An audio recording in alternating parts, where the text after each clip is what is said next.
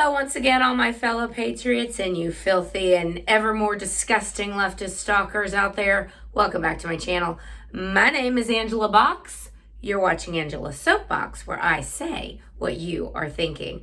Lots to get to this week, so if you're not subscribed to the channel, please consider subscribing by clicking the bell or whatever it is. Also, every week I write an article, except this week. I did not write an article this week, but my website, angelasoapbox.com, has all the content you could ever feast your eyes upon. So please go check out angelasoapbox.com. I will link my YouTube videos and also my Raging Elephants radio shows on there, as well as my articles. So please check it out. All right, every week on my channel, I like to dedicate a plastic straw that Kamala says she will ban right when she's elected vice president. So let's enjoy them while we can, right? So anyway, every week I dedicate a plastic straw to a filthy leftist, or sometimes someone who isn't a leftist but sure as hell acting like one. And this week, the plastic straw once again goes to our erstwhile Republican governor, Greg Abbott. This one's for you, Governor, and it's a shame you're receiving it again, and it's for the same reason that you received it a couple months ago. So Greg Abbott this week has decided to double down on stupid and reinstitute his emergency orders about the Rona, which we now know that the Rona is doesn't really kill anyone unless you're very old or have comorbidities. But no matter, we're going to continue wearing masks and torment bars and keep keep bars shut down and make all you people wear masks, because a piece of paper or a bandana or a t-shirt is sure going to protect you against a virus particle that is 0.1 micrograms in size, even though it won't. Now, I'm pulling this light a little closer. Okay. So Governor Abbott decided to double down on stupid this week. And I actually found this article that said that Texas was only one of 3 states that did not have any input from legislatures in regards to emergency declarations. So Greg Abbott is acting like a king right now. Our Republican legislature, who I know is not happy with anything he's doing and has voiced their opposition to him, has no say in it whatsoever. What's interesting, though, is that as he is doubling down on stupid and his tyranny, I actually called his office this week and I said, you know what, Governor? I used to be a supporter of yours, and let's be real. Greg Abbott is not setting the world on fire. He's rather a milquetoast Republican, but he was, we could count on him to be a relative conservative.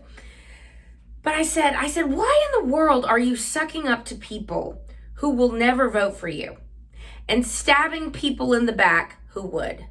And that is the majority of Texans who see through this crap. Now, Texas is getting more blue every day, so I'm assuming he has some stupid millennial in his ear going, we should really do this, because that way we could cross over and get some of those Democrat voters. No, you won't. You will never get them to vote for you. The Democrat Party has been hijacked by lunatics, Governor Abbott. And so now you're just pissing off everybody. Well, you're not pissing off the leftists because they love being controlled and told what to do, evidently. But normal people, you're pissing us off pretty good. There was a great school board meeting in Humble, which Humble is an exurb of Houston. It's still Harris County. But Humble ISD had a school board meeting, and there was a lady on there, and I don't know her name, and I will link the video down below because it's good and you should see it. But she said, I'm a data person, and this data just is not making a lot of sense here. She talked about how Harris County, which we are still on red alert, which is complete garbage, because in the entire state of Texas, and there's 28 million of us here, there's 4,000 people in the hospital for the Rona in the whole state. So it's a complete and total scam. And luckily more people are waking up to it, but it doesn't matter because corporations and businesses are still tormenting us, and government officials are still tormenting us with their lies and deceptions. But anyway, this lady said the Harris County Public Health Board, which is comprised of a bunch of leftists, are completely lying to the public. They are taking data from old tests. There's a big backlog of tests, like 1 million tests. And so one day they had this crazy spike in the numbers of cases, and they're like, oh my God, we have to go back on red because there's all these cases. Well, no, the cases were just processed that day. They were old cases, some of them over a month, 6 weeks old. So no, those are not new Rona cases. Those are old Rona cases. Now, what they're doing is they're slowly going through the backlog and saying, okay, that test was done on this day and whatever. But our woke overlords in Houston, Sylvester Turner and Lena Hidalgo, are using those fake numbers to keep bars locked down, to keep us in masks, and it's outrageous. They're just lying. The numbers they're using, you can subtract about, they say that to go to orange level, which I think Dallas is on orange and yellow, basically yellow, whatever is fine. To go even to orange, which we can have bars reopen and other businesses reopen, they're saying you have to have between 200 and 300 new cases a day for over 2 weeks.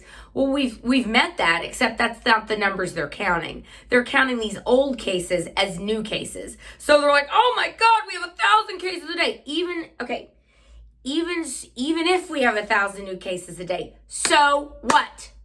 People are not dying. The people who are dying are elderly with comorbidities. And I'm not saying that, oh, that's a great thing. No, you need to keep the people who need to be kept safe, and let the rest of us get on with our lives. I can't even, at this point, it's like, why don't we just have a Democrat in there? Because Governor Abbott is Sylvester Turner and Lena Hidalgo at this point, as far as I'm concerned. It is the scam that keeps on giving. And I think whoever the legitimate primary challenger to Governor Abbott is the one I'm getting behind. So, I could go on that for 10 minutes, but whatever. Let's talk about the NFL ratings from last night. So NFL started up again this week. And I have to tell you, I was on the Twitter on Monday and they had a promoted tweet. And the fact that the NFL, after people have been starved for sports for 6 months, had to have a promoted tweet, tells you everything you need to know. And they're like, oh, are you ready for some football? NFL is back, hashtag. And the ratio of people telling the NFL where to stick it was like 10-1. 10 anti-NFL and all the wokeness they've been pushing down our throats to the one like, yeah, I'm so excited. And the ratings are showing it. The NFL started this week and they decided to have a moment of solidarity for a bunch of black criminals. And the Texans didn't come out for the national anthem or the black national anthem, which is another thing that makes my blood boil. And because that we have one national anthem, okay? There's not a black national anthem and a white national anthem. And there's a national anthem for us all. And the fact that the Texans didn't come out is very disappointing, but they all came out and they locked arms together in solidarity against police brutality, even though pesky facts, you are more like a black man is 18 times more likely to kill a cop than he is to be killed by a cop himself. So if you're a black guy and you're a criminal, you are 18 times more likely to shoot a police. No, that's not right. Let me make sure I'm clear. A cop is 18 times more likely to be killed by a black man than a black man is to be killed by a police officer, white or black. So put that in your pipe and smoke it. But the NFL is like, we got to be woke. We've given a lot of money to this Marxist terrorist organization, Black Lives Matter.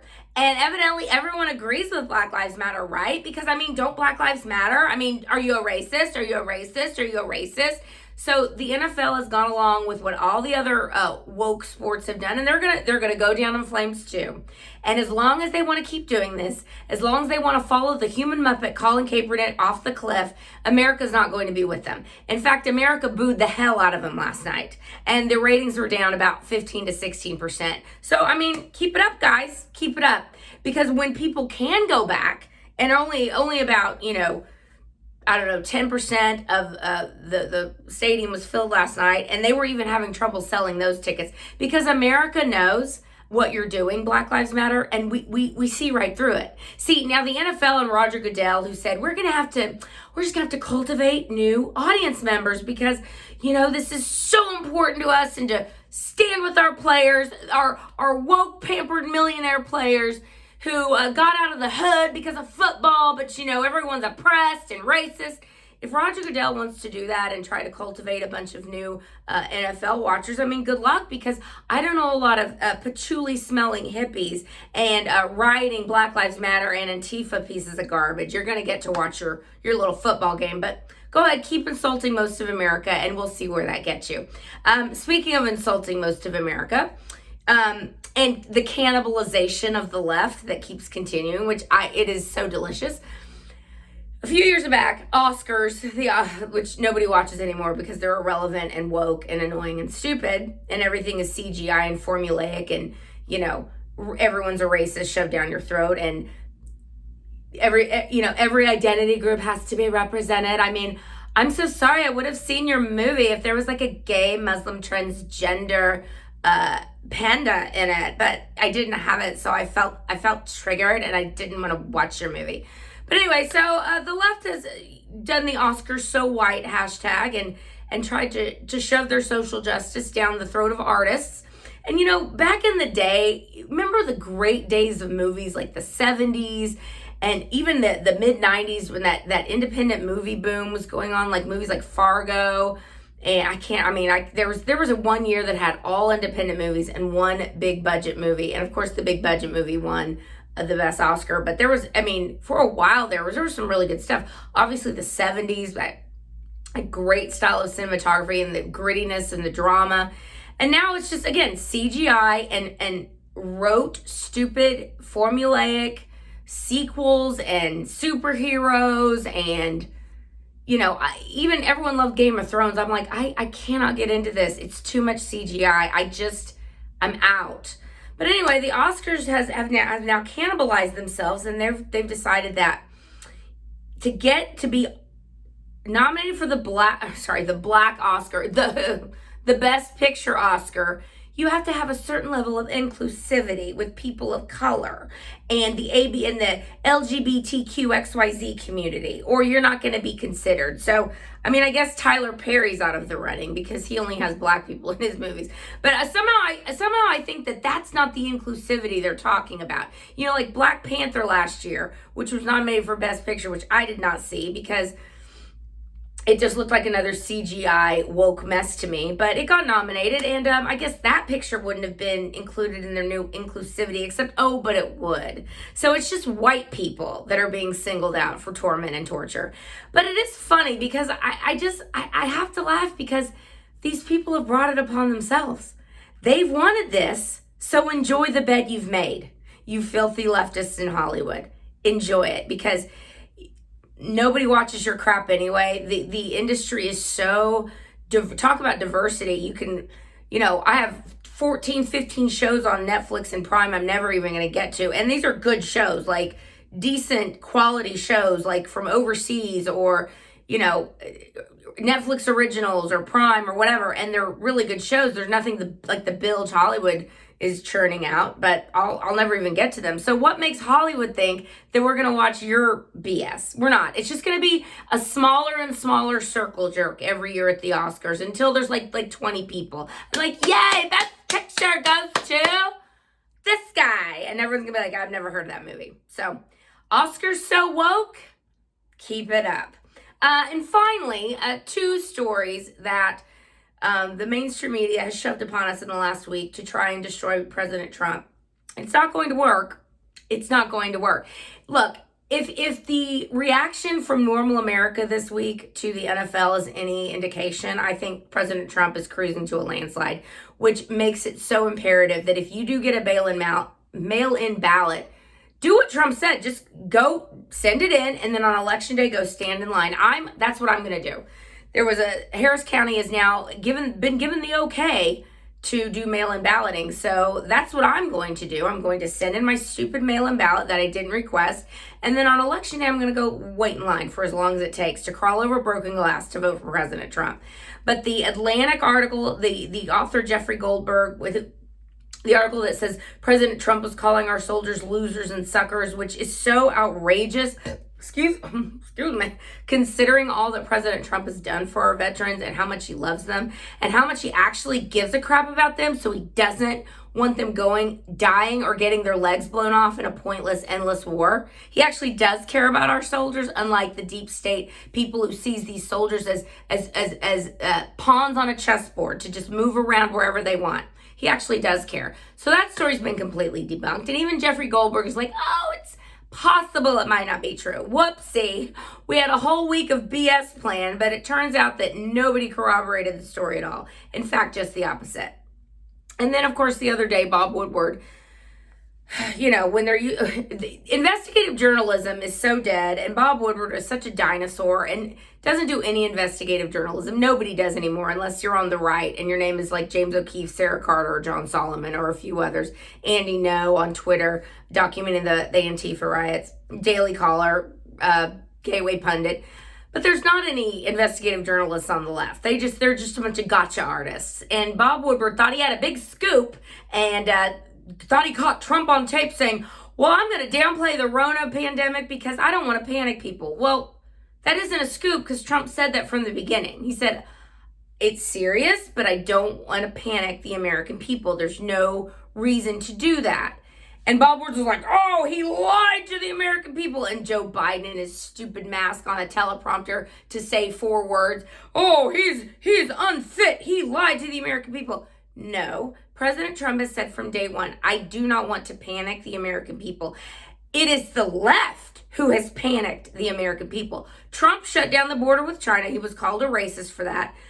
Trump said, I'm not mandating masks around the country. That's insane. I'm not going to mandate any lockdowns. That's insane. Every state can do their own thing considering all the data is different for different states. No, he did the furthest thing from panicking people, unlike the Democrats who are still living for this and who are basically counting on the Rona to continue to scare people, to keep people from going to vote in person so they can steal the election. It's not going to work. It's not going to work. But I just, every day now we're witnessing more and more hit pieces. And I mean, it's like after 4 years of this, like everyone is just like, we're worn out and we don't believe you. And we love President Trump. And literally, there's kind of nothing you could say that would make me not vote for him at this point. And I think I speak for a lot of Trump voters. There's literally nothing you could say because we know the alternative is from hell. It is Marxist socialism, totalitarian control over every aspect of our lives, tax raises, $4 trillion of tax increases, regulations out the wazoo, back to our ridiculous foreign policy, getting into pointless wars. Yeah, no, we're all good here. We're voting for Trump. And I know you are too. So I will leave it there. A little long today. We're in the home stretch, and like I said, we're going to keep seeing more and more of these stories, but you got to stay strong, and we got to support our president and support patriots who push back, like the lady and I at Humble ISD, like, you in your own personal life every day, like me in my own personal life every day. Push back on these people because they deserve it. They are liars. They are frauds. The left has one mission, and that is to destroy and transform America, and we cannot let it happen. So until next week, everybody, keep fighting and stay strong, and have a great weekend. Bye.